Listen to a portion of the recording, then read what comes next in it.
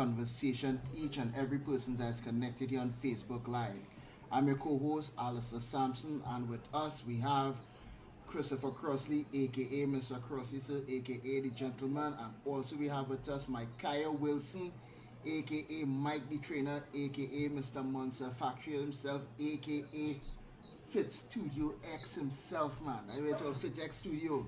Understand? So it's great to have you all online with us here. Go ahead and share right now on Facebook Live. All right, go ahead and share this link with each and every person because we are on tonight.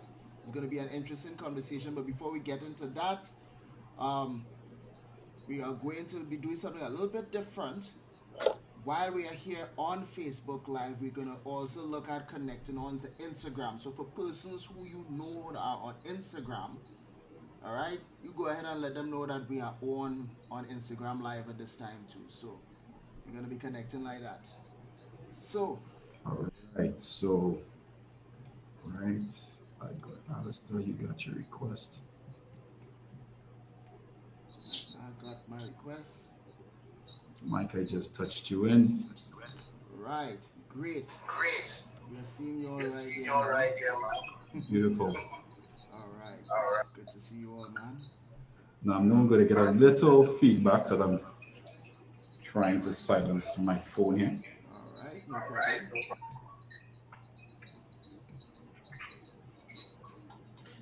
All right. Great. Great. Now we're testing this, folks, because now the thing is, if I mute the mic on Instagram, they won't hear me. So, Yeah, that'll be awkward. Yeah, but yeah. So good night to everybody joining us, whether you're with us live on Facebook and or tonight here on Instagram. We're trying something a little different Yeah. here in the conversation to make sure everybody, gets a chance to see what's going on with us.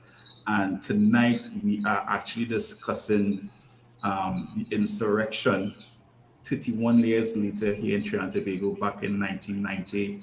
We experienced a coup and we're here 31 years later. No, Yeah, man. we're not experiencing a coup right now. We are going through a pandemic and we are experiencing similar lockdowns. All right, so we want to touch to see how things have progressed since then and even what we're going through now. All right, so but as always, before we start, let's do our COVID check-in, guys. So how has your week been since we were live last week? Week's been good. Week's been good. Right? Um, I think the last topic, sorry, that we carried on for the last 2 weeks was a nice reminder of our priorities when it comes to online contact and online interactions and stuff. And I took some time to kind of look over certain things, but also it's generally been a good week. We're looking at things slowly opening up, but we're still looking at the precautions we need to take. And just getting ready for nothing to be back to normal as some of us may think, but for things to begin to move again. So, but All right. I think I've been reflecting on the same thing as well in terms of how we have been opening up and also with respect to the topics that we have had with respect to what we look at in terms of security. Now you realize that a number of businesses are now trying to get online in terms of how they do their transactions. So we have to keep in mind as well that these businesses are also starting off as babes with respect to how they do their items online. So even their level of security and their level of performance and reliability, you may need to keep your eye on too as well. All right, they are yeah, not exactly like the Amazons and the other type of online services that they have out there. So you need to be a little bit careful and need to be mindful with respect to what personal information that you put out there as well too. So just that I kept that in mind as well too during this time. Health wise and everything, I think so far so good. The week has started off a bit hectic, but again, it's just a matter of being able to course correct and adjust accordingly. It's so important for us to be able to do that, especially within this time that we are living in and the changes that are going on in this country right now. persons who are going back to work. Some businesses, unfortunately, have closed down, and a number of these things are happening. So it's just really to be aware of our surroundings and what's going on at this time. What Good. about you, Well, Chris? let's say for me, the last week has been insanely productive. A lot of meetings, a lot of things coming that I can't just say just yet. You know, the saying is work in silence and let your success make the noise, right? So Mm-hmm. there's going to be a nice boom just now. All right. Can't say what it is just yet, but it's coming. All right. But that's good. I'm glad that everybody is well. Had a good, productive last week. And, we're pushing forward during this time. So, all right, guys, we're talking about the insurrection, things that happened in 1990. Hmm. All And right. then, Um, no, I was 10. I don't mind, sharing my age like that. I was 10. I remember when it happened, my sister was at camp, Mm-hmm. and of course she was worried. you know they were not too far from so they were hearing like the gunshots and stuff going on.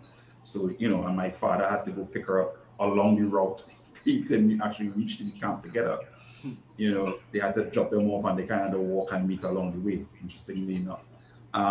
But I do remember similar things that is going on now where people had to stay inside, people had to more or less get proper foodstuffs to make sure they have at their home and not be on the street during the time of the insurrection that lasted for 5 days, 6 days. right? 6 days from 6 days. the 27th to the 1st of August, all right, 27th of July to the 1st of August. So, that period, like, where were you guys during the insurrection? I'll let Micah go first.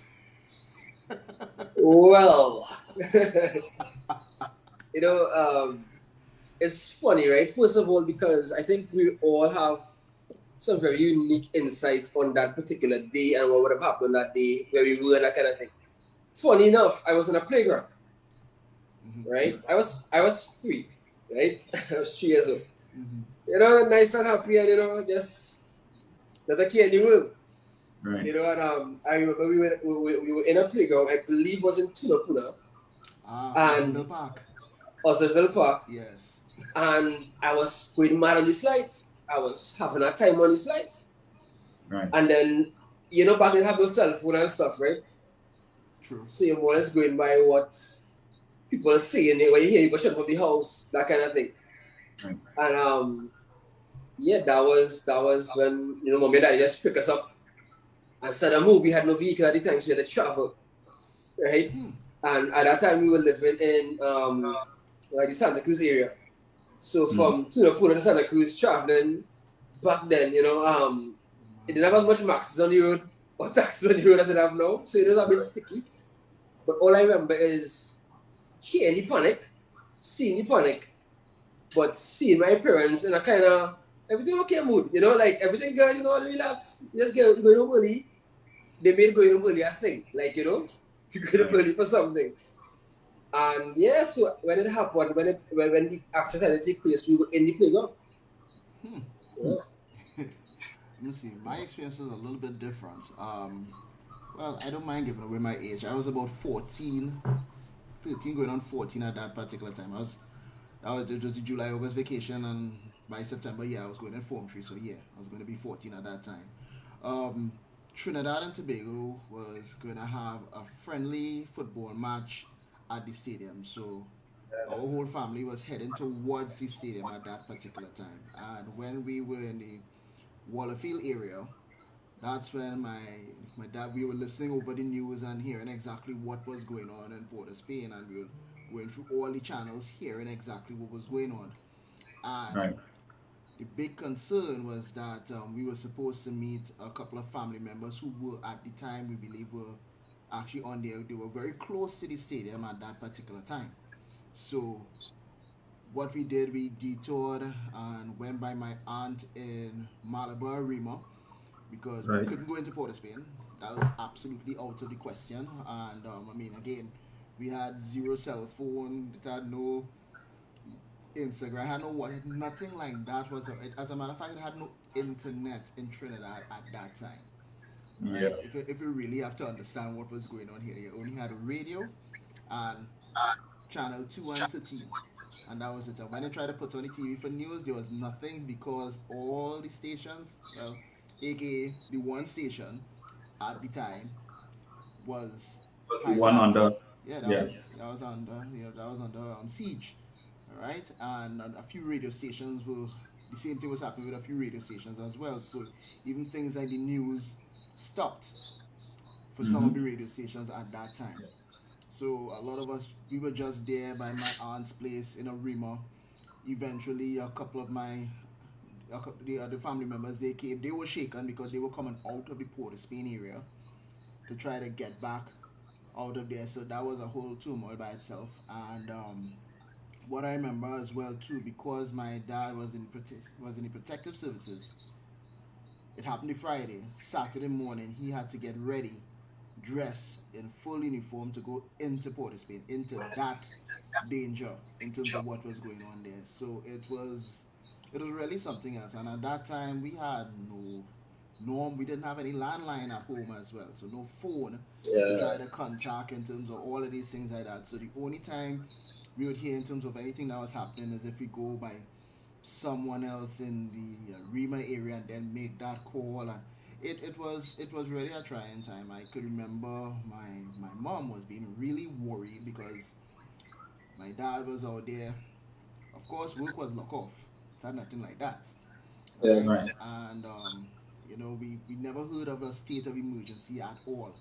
So it True. was really a really different time. I mean, my sister was about 10 at that time, so she was relatively young, and I mean she was sensing what was going on at that time. She was big, and it was really I remember it was being a pretty trying time because I have a number of aunts, uncles, dad, a few persons who are in the service, and they had to go into duty straight and start to get going and working within there. So it was really a worrying time um, during that particular time as well. And of course, the curfews that happened during that particular time and where we were in Kumoto, army vehicles were passing frequently around Right. that area. So it was yeah, people might call it like Baghdad kind of style and thing there, but it was really like that during that particular time.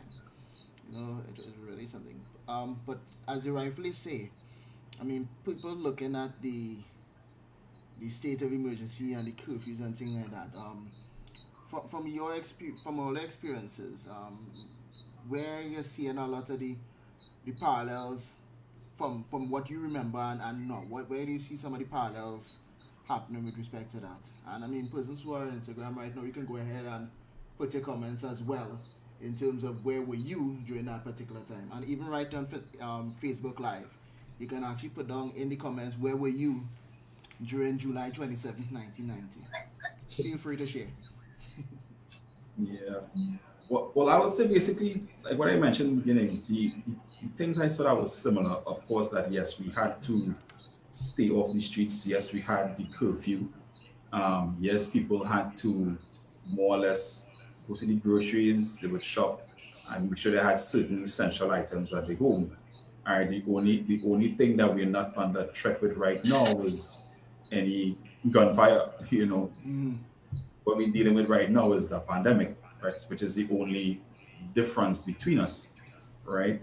So, I would say that is the similarity mostly. The fact that we still have to endure the lockdown and only going out to the grocery and stuff for certain essentials. And I think I wasn't sure back then if how much stores were closed apart from the main capital city area. Um, but I can't remember if pharmacies and stuff were open, but I know for a fact groceries and little grocery, little um, the little corner stores and stuff were still open. Yeah. I think like I think like right now with this lockdown, it's like I said, it's a different sense of there's still some sense of freedom and normalcy. You know what I mean? And it's back then I think the shock of the event is what caught most people off guard too. You Right. know what I mean? Like I mean now with the virus, we know internationally everywhere being put on lockdowns and we kind of saw it coming. You know, we were able to kind of like think about, okay, what could possibly be happening and that. But when it comes to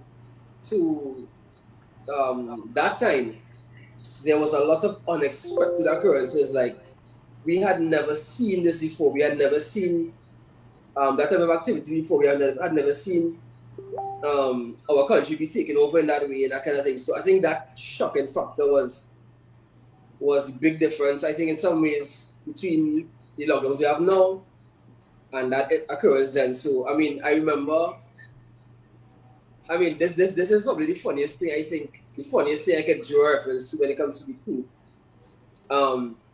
The looting, right? Yo. We haven't seen that. Yo. But what is funny to me is that, like, I was reading an article where they said that a lot of stores were broken into back then, and people sold microwaves thinking they were TVs. The TVs, yeah. You know what I mean? And that was crazy. Like, you know, people was legit breaking into stores. Imagine breaking into courts and grabbing a 14 by 10 microwave, thinking it's a new model TV. You know what I mean? That was ridiculous. But you mentioned the people that are looting, and I remember I saw a guy with a fridge on his back. Yes. The strength that these people had. This dude had a fridge with a TV inside the fridge on his back. And this big back TV, yeah? This is big back TV you're talking about. Correct. Exactly in the fridge. And it's on his flat back. screen. Big back TV. I'm like, what did you eat before you lift up that? Because it was ridiculous, right? But I mean, I know a lot of people, I don't want to say they benefited that way. It's unfortunate when those situations happen, because then now store owners, and I guess they may have had insurance for some of these things, but not everybody would have. A lot of people would have lost properties during that time as well. Yeah. Not to mention the loss of life that happened during that time as well. That's correct. Yeah.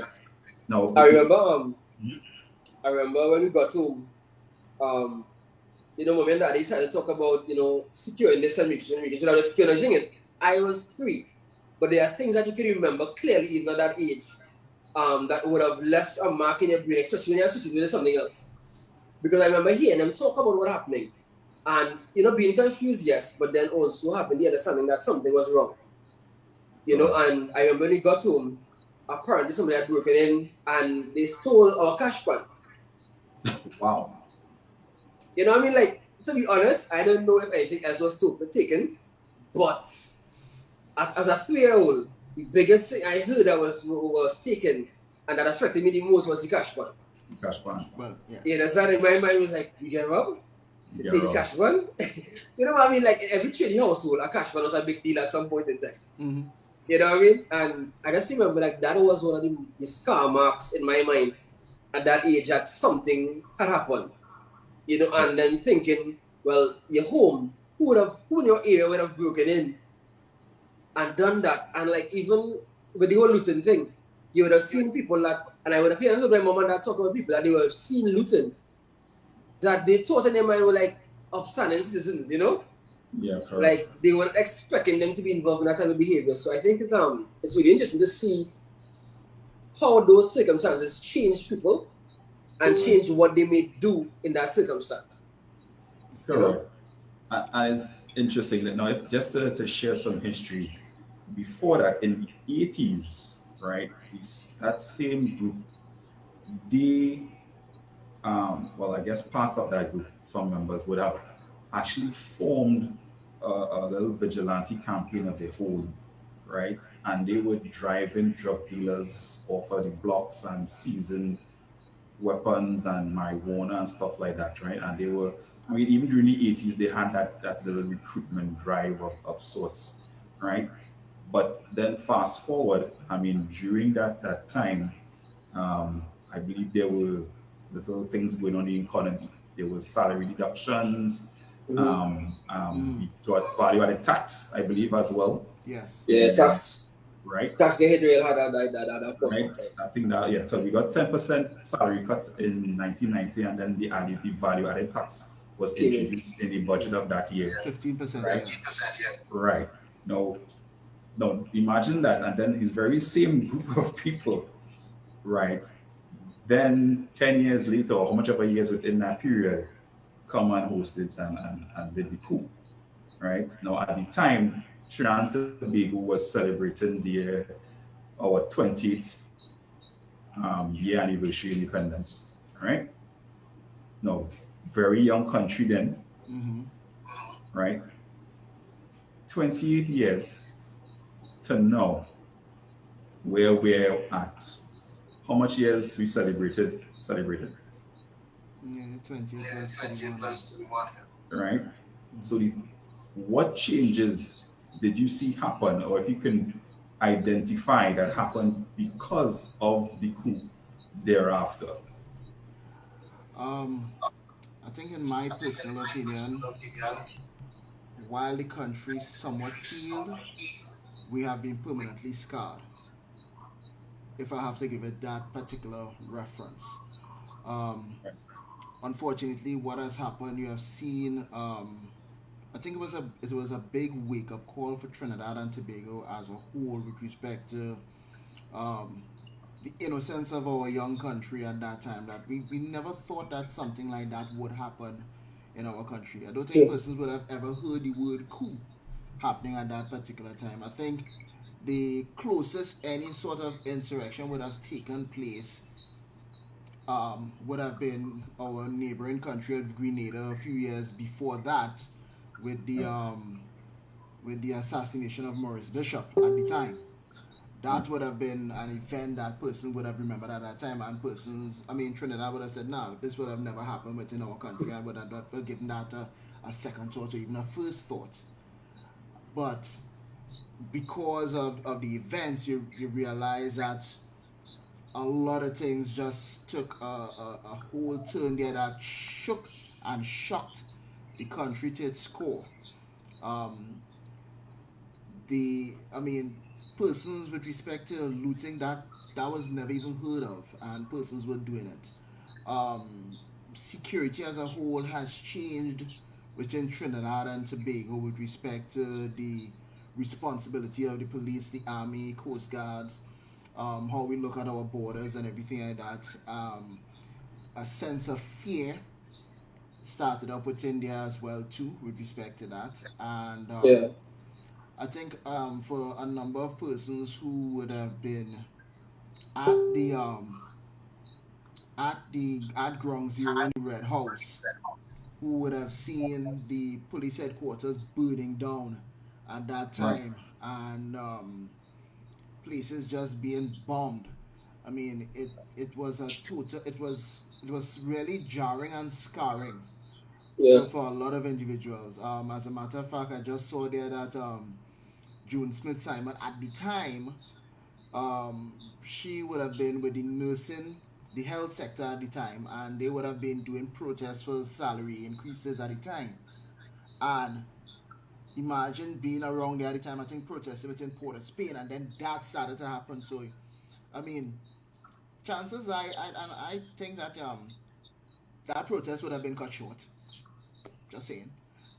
But these things started to happen there, so you realize that it it it really took the country by a whole different change and a different scene. Laws had to be changed, and a number of these things like that with respect to our maritime borders, um, even within security. What we didn't even have really structured laws in terms of dealing with this scenario, in a matter of Right. speaking, and it unfortunately it was a wake up call for our country at that time, and it would have been a time of fear for persons. I think June Smith Simon talking about it again in terms of um, a number of events that led to that coup. Cola, which was part of the person's salary and everything was removed at that time. The wage cut she talk about as well too. You have to, and if persons remember around that time as well, there was some strict, that was a recession time within Trinidad and Tobago, and there were strict measures that Yeah. were done, unfortunately, by the then administration at that particular time, just to have the country staying afloat. I mean, I don't even want to get into the area of IMF and all of these things like that. And it was really something else. Persons, as you rightfully say, lost their lives Yeah. during that particular time, unfortunately. I mean, and no government truly wants to have a state of emergency. I mean, they had no choice at the time with respect to what happened during the 1990 attempted coup. And but now we had to have stringent measures because of COVID and exposure and these things like that. So I know some persons may be raising their concerns with respect to why it is that we had to have this state of emergency so long and businesses and a number of these things like that. But um, I mean, if you look at what happened then in terms of it was done because they had no choice in terms of it, and this we had a choice in terms of what we needed to do, and the the sacrifices that had to be made. Unfortunately, it is something that we had to think about, and we had to understand as a country this is just for a temporary period of time. This is a storm. All right, this is just Yeah. a storm that is going on here. Yes, COVID is a little happening much longer than expected. It have persons who have been working from home for over a year. It have persons who haven't been working at all for over a year in the particular job that they've had. So a lot, it has cost us a lot. All right, Yeah. but in terms of are we going to come out stronger out of it as a country, or are we going to come out weaker? Trinidad and Tobago during the time of 1990, um, even after all of that and the scarring and everything, I mean, you would have heard certain songs like Let the Flowers Bloom Again and all these things like that to try to lift people out of everything that went on within that particular time because people were scared. It still have people to this day who still haven't gotten over what happened to them in their time. And we True. look out for all of them within there, persons in the media, persons in the protective services who have still haven't gotten over it. It has been Yeah. really jarring for a number of people. But that's just my 2 cents here. I think it's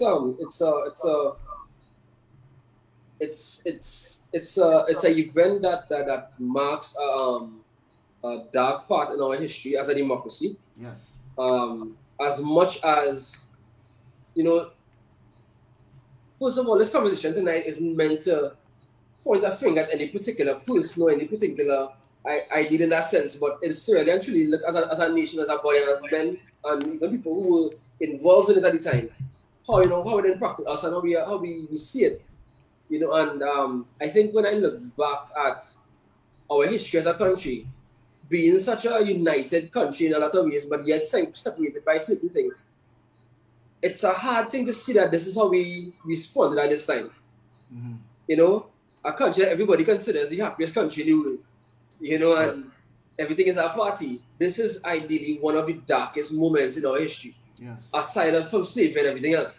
In our free democratic state, it's one of our darkest times, and it's scary sometimes looking at what's happening around the world now, where countries are facing protests and massive riots, and even with the last incident in the US with the raid on Capitol Hill and these different things, like all these things make you wonder, with the different things happening in Trinidad right now, it being a recession time as well as now having a pandemic, as well as places being open or closed based on certain criteria that not everybody agrees with.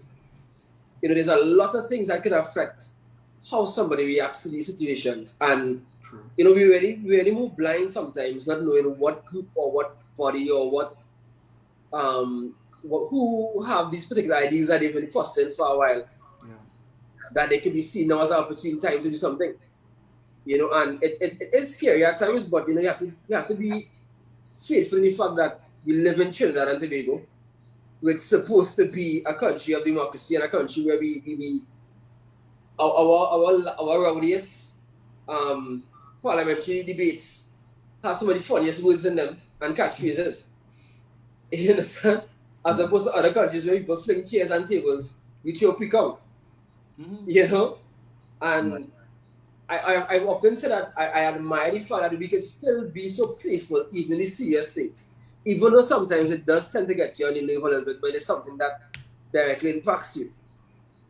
You know, but I really hope that Trinidad can still remain with that softer side to not just politics, but to our approach to certain matters so that we never end up in that place again.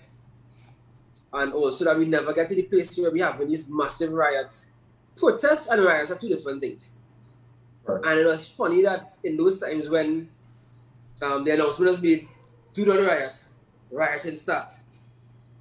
You know what I mean? Yeah. Like, it's like other people sit at home and they hear do not riot, and it's like, wait now, we can riot? Oh, there's a thing. You understand? And Do not loot. I think that, don't loot. Let me loot. What is loot? You know, you understand? Okay, let's do that. Let me do that. And I just pray that, like, looking at what the world outside is doing right now, and how dangerous some of these protests and riots are, that we never take that pattern and get that extreme again in our country, you know?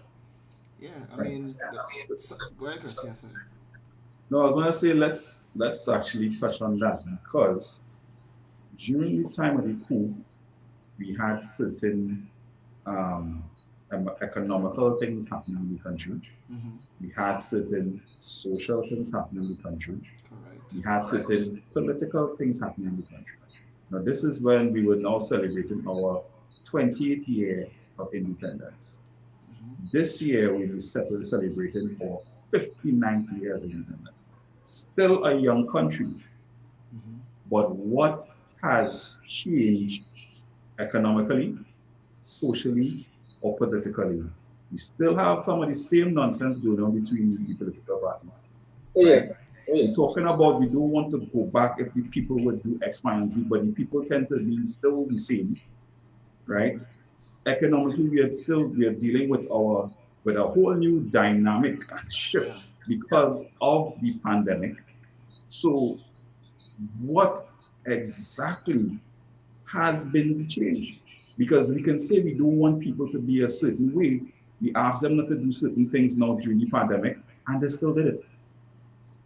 Don't congregate, don't have these private gatherings, still did it. Okay, we have to lock down to protect ourselves, etc., etc.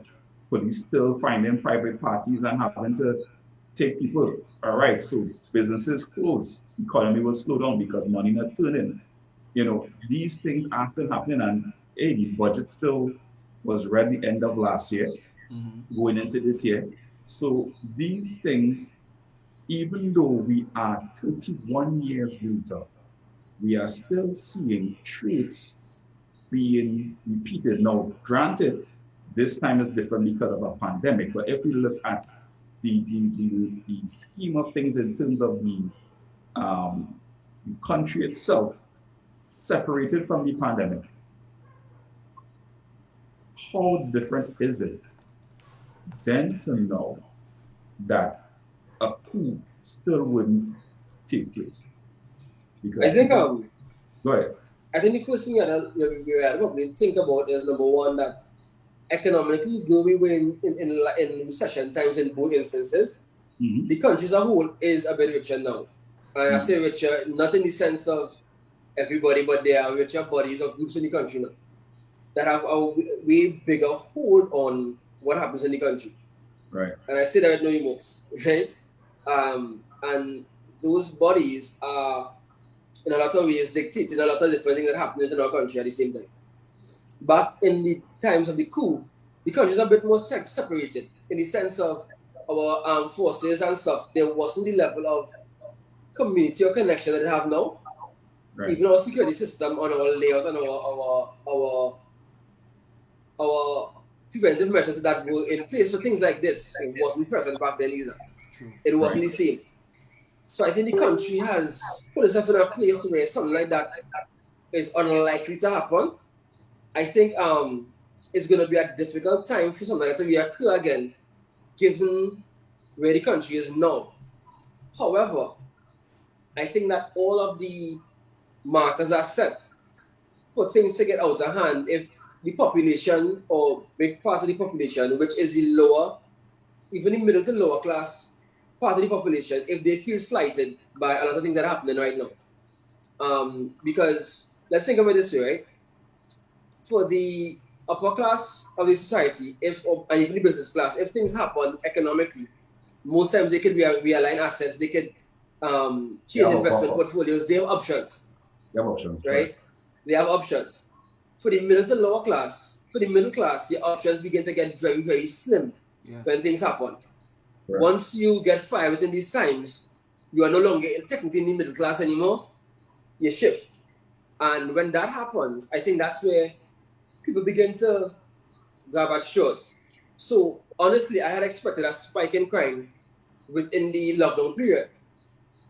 I mean, there were spikes and changes to the way in which certain robberies were happening, a type of crime that was happening.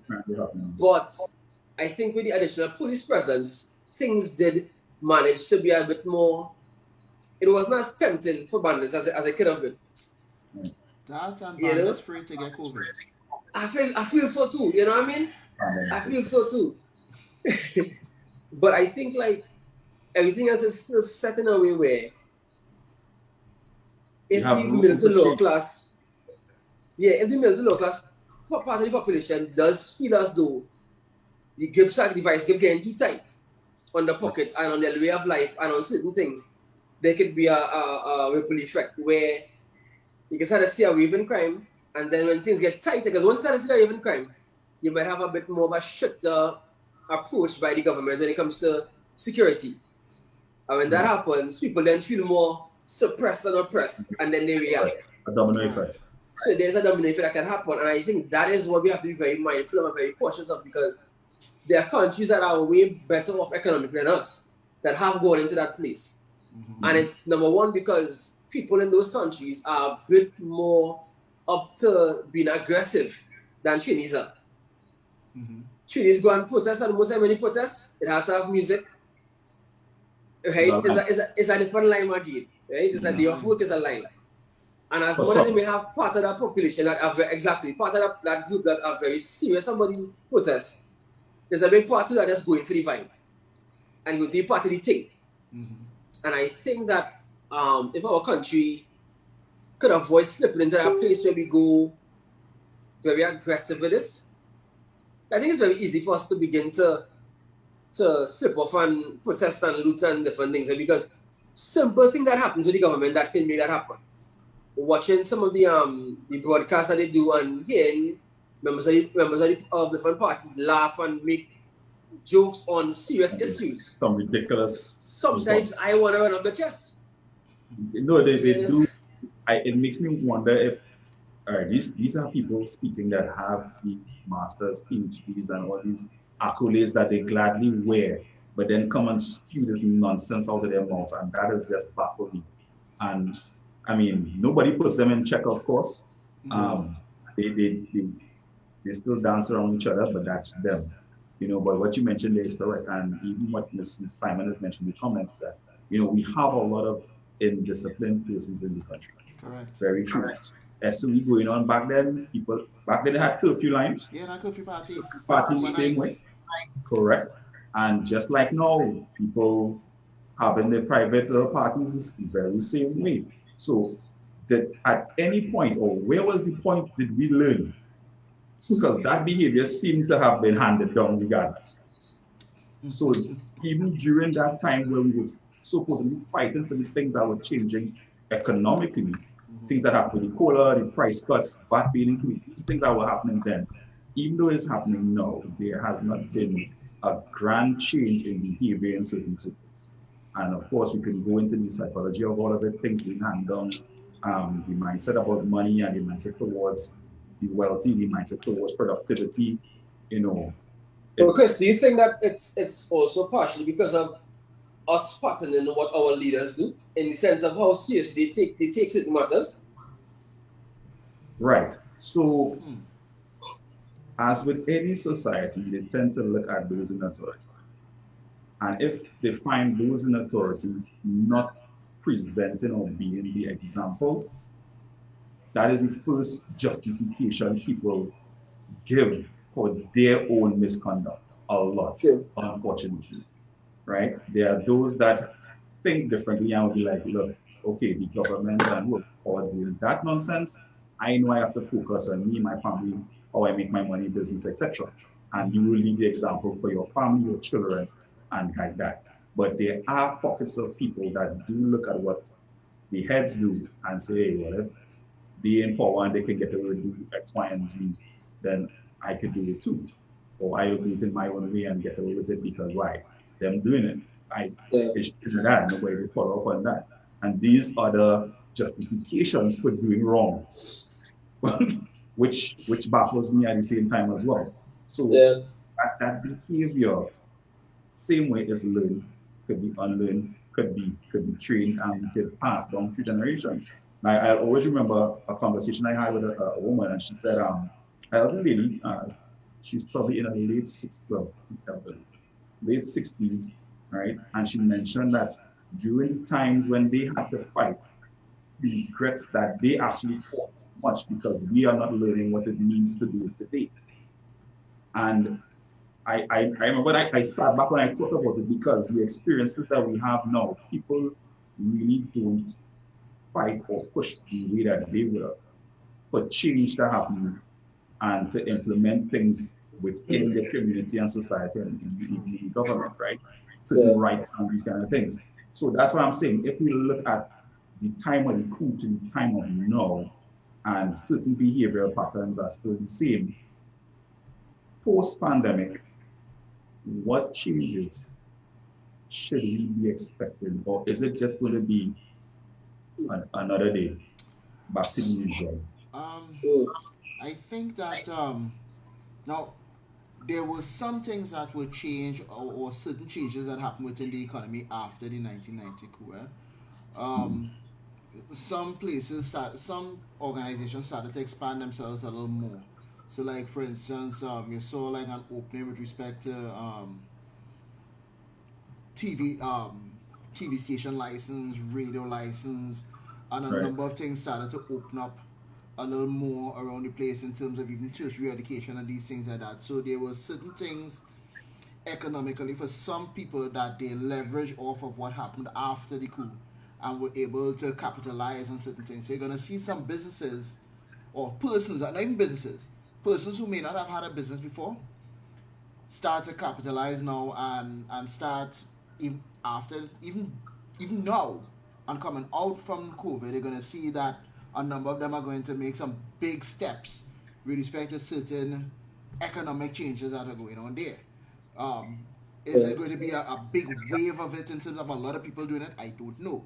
I do know that a few people are going to make some big strides with respect to that.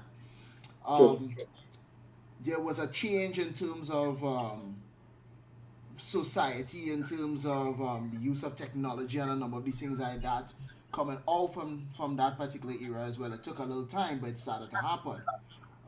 You're right. going to see those changes happening as well too. Unfortunately, from the political side, um, it honestly to me, and I've seen it, it basically stayed the same. It stayed the same in terms not much change during that particular time from a political perspective. Yes, there were a couple more parties that came out, but again, I don't want to get too political with respect to it, but there needs to have certain changes that are going on there, and I think as a society we need to have some changes within ourselves. Be truly become not just independent as a country, but independent as ourselves, not being dependent on if this person is in power, then I will get a work. If this person not in power, I can't get anything, and I'm just dependent on this whole party thing. I think people understanding the power and responsibility that they have in their hands with respect to how the country would grow, and it's not just dictated on just one person letting that happen. So we just have to be really mindful of that in terms of our growth. I Agreed. think that's so true. That's so true. It has so much different layers to this to what's happened then and what happens now and how True. the next phase of our life as Trinidad as people are gonna be. I think it's interesting that if you look at it from a political standpoint, when we look at the coup, look at the documentaries and the videos and different articles that was done by during that period. That time, I even interviews with the leader of the group that would have done the actual coup. You know, they spoke about the fact that it was meant to be um, the terms that they used would have been that our prime minister was arrested for crimes against the nation.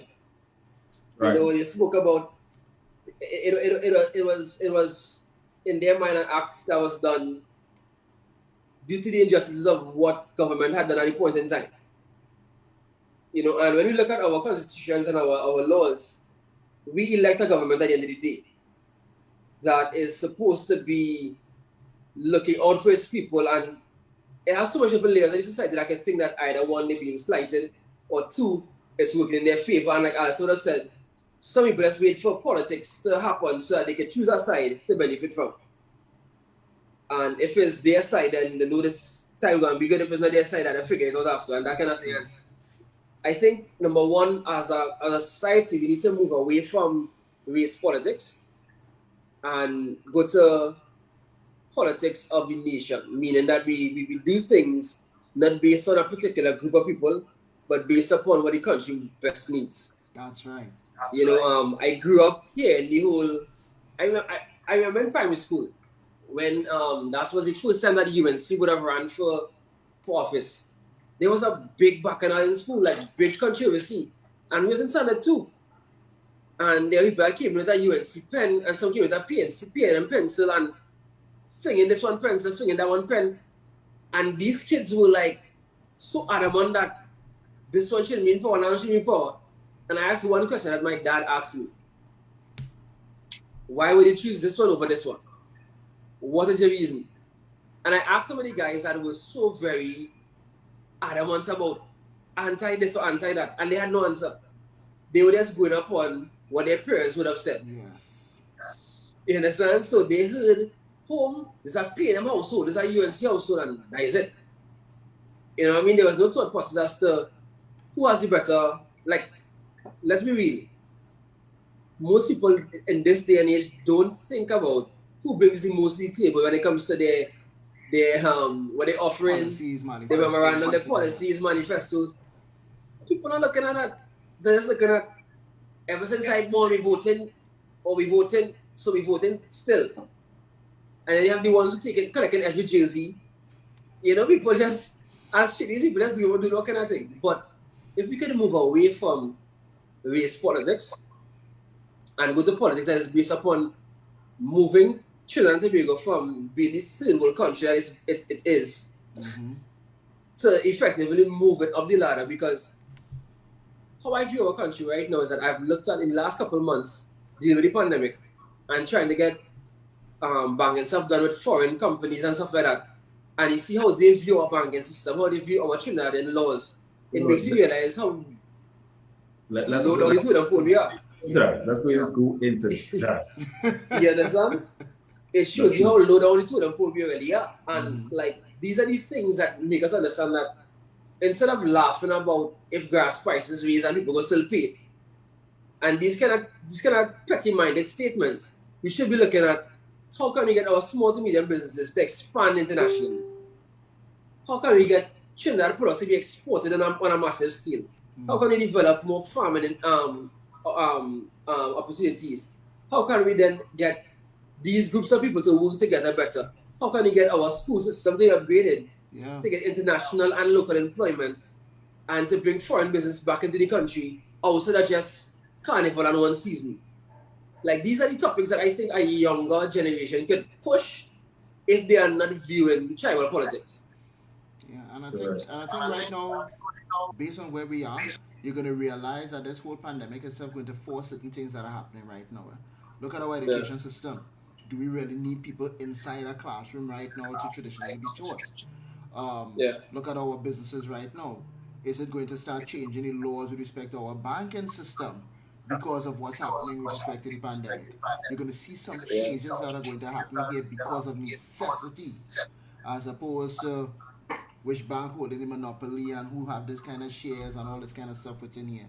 So really and truly, there are some big changes that are going to take place in this country. And right now, as citizens, we have to look at, are we going to grow and elevate during this particular time, or are we going to just stay exactly where we are and just hope that things will just come back exactly Yeah. how it was? And I'm letting persons know immediately, things are never going to be the same. It never went back. Trinidad and Tobago never went back to the same after the insurrection in 1990. It had Yeah. lost its innocence in a matter of speaking, and it had lost a number of things, Oh but yeah. gained as well too. And even Yeah. during this particular time that we're in right now, in terms of COVID, things are not going to be the same when we come out of it. It's either we grow because of it, or we stay where we are and get left behind Yeah. because of it. Either way, movement is going to be happening.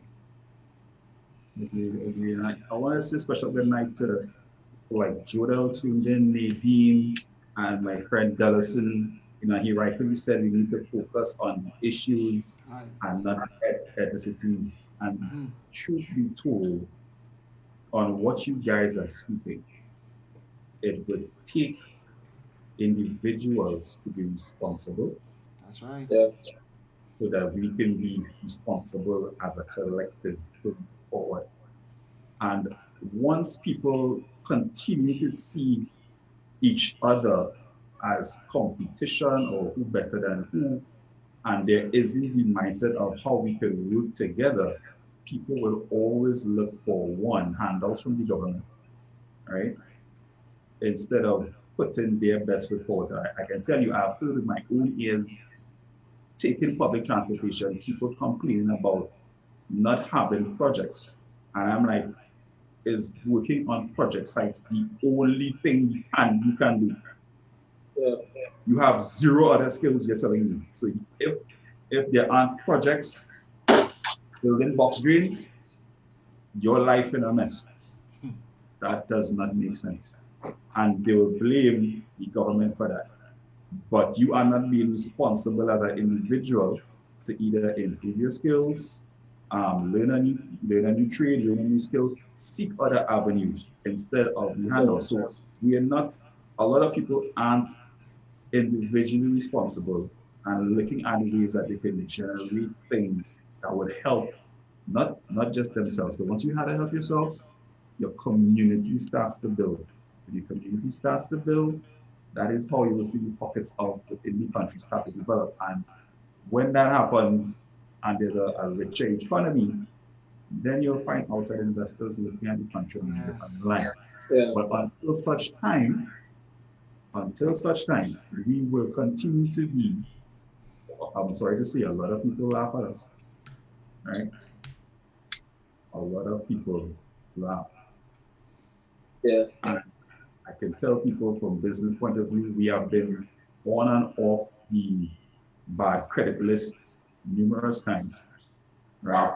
There are companies that don't actually send money or do interaction with Trinidad and Tobago, Mm-hmm. right?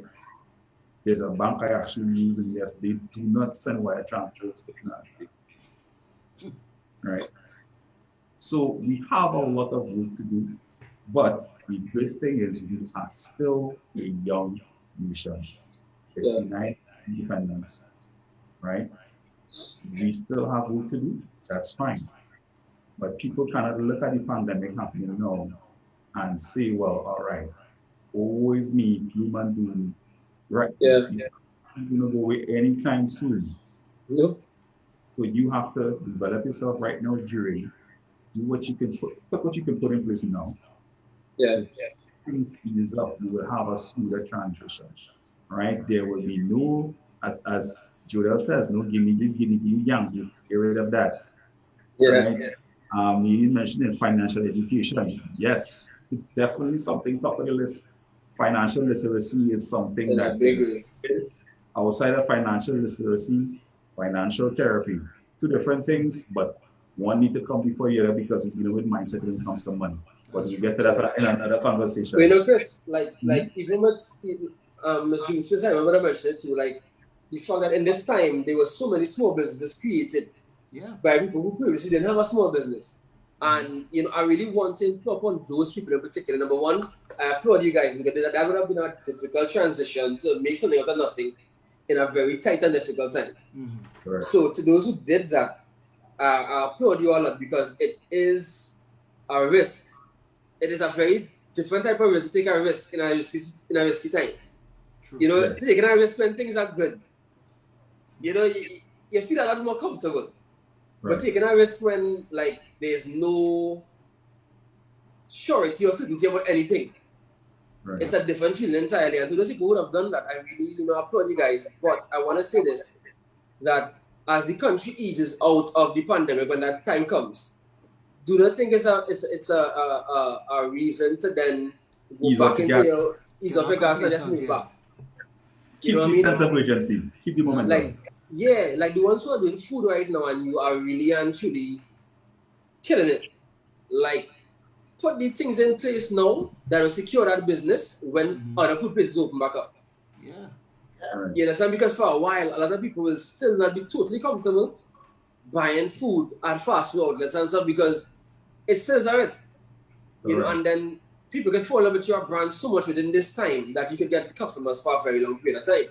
So take advantage of the time now because every downturn in the economy presents opportunities. Correct. I'm glad you said that. So I actually want to commend somebody who's listening. Jodel, Wholesale Paradise.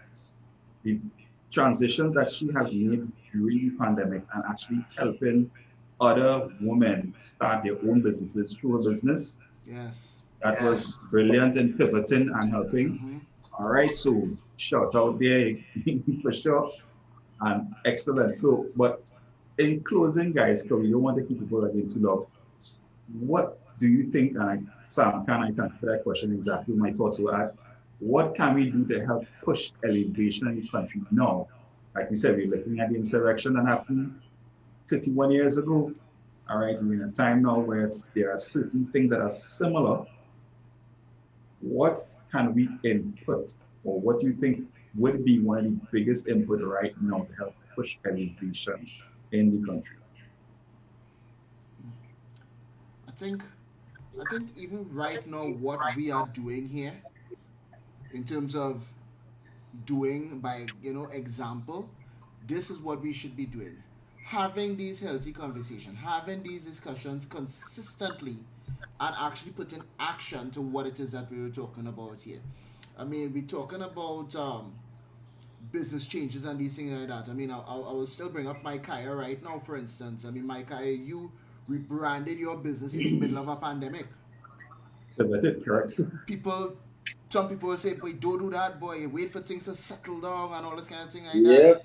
But you rebranded your business in a big way during the pandemic. You talk about change logo, change the strategy in terms of the social media. You change a number of different things here, and your business taking big strides during this particular time. And that's an example. You see, in order to be able to push elevation in this country is to be able to lead by example and start doing the things instead of just talking and complaining about things that are not happening. I mean, yes, there are times where some of us may see things that we do not like, but we have a responsibility within ourselves to make that change. I think what Jim Rono said, for things to change, we have to change.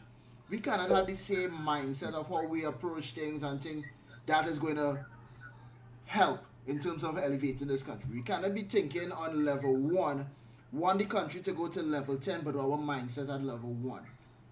We have to make sure that we get ourselves to level 10 or 12 or 20 and have persons doing that same thing as well for elevation to start taking place. It cannot just happen by us just talking and not putting action. As you mind, something that I talked about a few days ago. Stop hitting the snooze button. Stop hitting the snooze button. Get up. All right. It may not be easy. It is challenging. It is hard, but some progress is better than no progress. You come out better with respect to something that is being done with respect to that. So that is the biggest urge I can give persons. Make that change within yourself and start leading, and that is how elevation will take place. It's not just by depending on political leaders to do it for us. Action speaks louder than words. Most Definitely. Definitely. For me, I would say there's an African proverb that says, if you want to go fast, go alone. If you want to go far, go as a team, go together. I think one of the biggest things we could do as people, and this is as business owners, as different pockets of the society, as fathers, as mothers, as young men, young women, as young entrepreneurs, you know, developing communities are a really important thing and a really big necessity when it comes to changing the way something is done, the way things are done in a country as a collective. Because I can step up my game and promise better service, better customer service, the way in which I offering certain things. But then I might be in like a grain of sand on the shoreline. Like there's so many others that doing what I do in a sense that it could get washed away in the crowd. But if we as a community decide to upgrade and to step up and do things better, it is going to create an environment where those coming in will see the standards set. Right. You know, and I think it's important for us to begin as collectives to set standards for what we want in our country. So, you know, like simple as like now with the pandemic entrepreneurs, right? Like call them that, right? The ones who came out of employment or whatever else and they decided within the pandemic to open a business. There are so many different forms for you to build community, whether it's on social media, on Facebook groups, whatever else. Take those opportunities to learn from each other and to find key best practices to make sure that your industry and your business stays for a long period of time. Because all it takes is one person. Think about the Susu craze that went recently. Okay? All it took was one bad experience in that community to change the whole thing. Mm-hmm. You understand? And everything mashed up. Yeah. Yeah, there were people I'm pretty sure were paying bills and were seeing some light during that period. And then, if there was some levels of financial education within there and certain standards that were kept and different that it would have in some ways ensured that there could have been some longevity to the legit parts of this business, and then there would have been some safety for the people, the customers. So like in everything we do, we need to think about the greater collective, not just ourselves. And it's hard sometimes when you set your mind on, okay, I'm going to open a business, or I'm going to do X, Y, Z, I'm going to pursue my education. But then thinking about leaving it better than you met it. Meaning that when I came into this platform, it was in this state. And I'm making sure that when I move from this state, from this place, I'm leaving it better than I found it. You know, if we as a society can commit to that, it'll be a big game changer. I'm talking about simple things like just not throwing garbage in the bloody drains no more. You know, like as a society, like that is so disgusting now, because then what we do is we do that. And then we blame the government or whoever in power, we blame them for not doing this way. Then we throw stuff into it. And then you will say it's not me, it's my neighbor threw it. But when they threw it, he didn't say anything.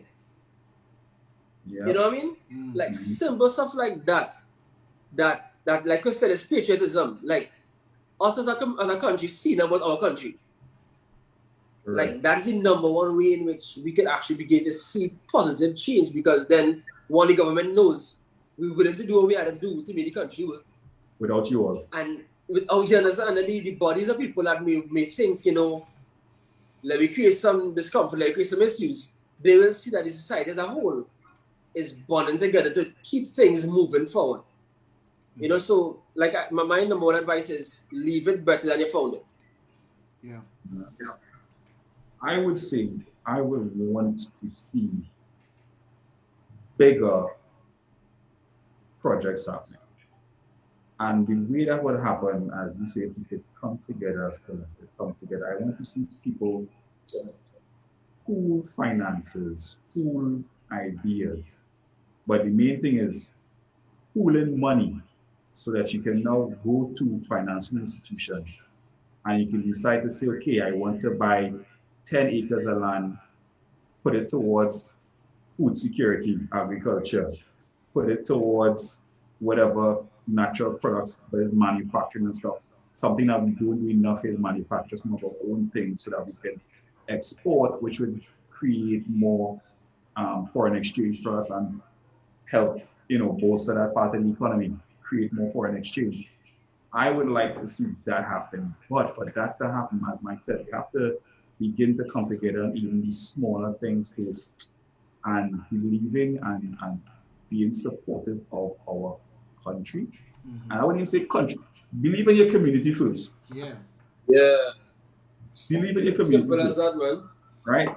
When you start to build a community and people will leave and move to other communities and they will develop the same, they will fall into the same circles that want to improve. When we get that level of patriotism, and it's not just for football match or cricket match or carnival time and stuff like that, then we can start to see things changing. But I mean, sorry to say, yes, it starts with the mindset, but we would not see infrastructural change and economical and social change until people start pooling certain finances to make larger moves. Correct. At some point. You can't just wait for quote unquote wealthy or 1% or governmental, whoever you believe have the money to do it. Chris, as you mentioned that, and you mentioned like the export and stuff, I wanna just shout out, I try to remember the name of the actual company, Jody White. He does the sweet potato pasta and the cassava pasta. Right. And yes. Right. Yeah. He's doing a lot of exports right now. Say again? The Donkey 60? I think it has a different. I think the brand itself now has a different name. Yeah, with the sweet potato pasta and stuff. Yeah. But they have a lot of different things that they do right now. They have like cassava, flatbread, and tacos and stuff that is now even being sold on Amazon. Yeah. And I really want to commend them because I mean, this is where our economy can begin to expand again, where people find these ways to get things moving, but then they go after it. Like I remember the pursuit that he was making with these things, and it's not an easy process. And yes, like Chris said, you will need money. So that's where we get community from, community development and community buy-in, where we can get things moving. Like there's one of my clients, she does pizzas. Yes, pizzas. But like her boxing and the way she put it together is really amazing. And man, I was like, I need proof of it. Man, I was like, as a fitness trainer, am I really going to go move this pizza? Well, but the thing is, I was really proud of the fact that she should have spent everything she was doing to make sure she could still produce something during the COVID period when that lockdown period came, when people when they flew at home or whatever. She was doing pizza, one of the first to do it and doing it so well, like boxing and labeling and different like that and the variety and whatever. And one of my biggest advice to her was, there's a community now of people that are doing delivery foods from home. Mm-hmm. You all should definitely start a community. And even like out of that, I mean, if you're thinking about it, if that community comes together, we can get a community of food drivers and these different food companies are doing delivery. We can get an even bigger delivery system for collecting food at home. Mm-hmm. Like there's so much like a spin-off of one industry once you're willing to work together. True. You know what I mean? And collaborate and not say, well, I can't work with nobody else now. I mean, this business is about working with other people. You understand? Right.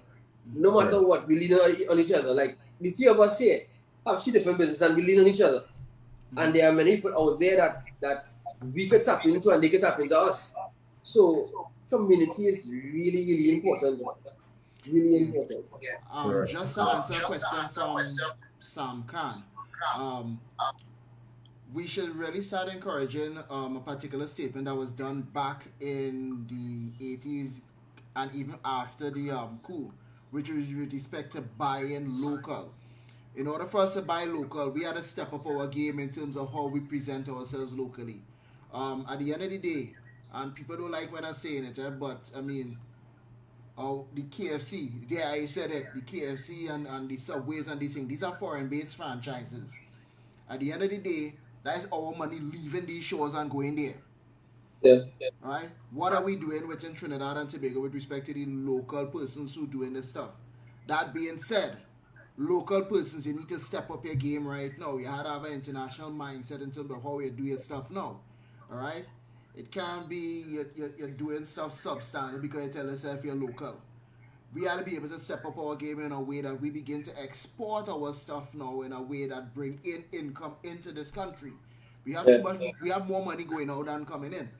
And I believe if it is that a number of these businesses really change mindset and change the strategy in terms of how they're doing things, I believe that we should really step up in terms of more exports and building the local business as opposed to bigging up the foreign franchises and our money leaving the shores here. That's just my 2 cents with respect to that one. Yeah. Correct, correct. I actually want to close off with that because at the end of the day, if we look at the examples of when people start these businesses, they usually have a plan when it comes to scaling.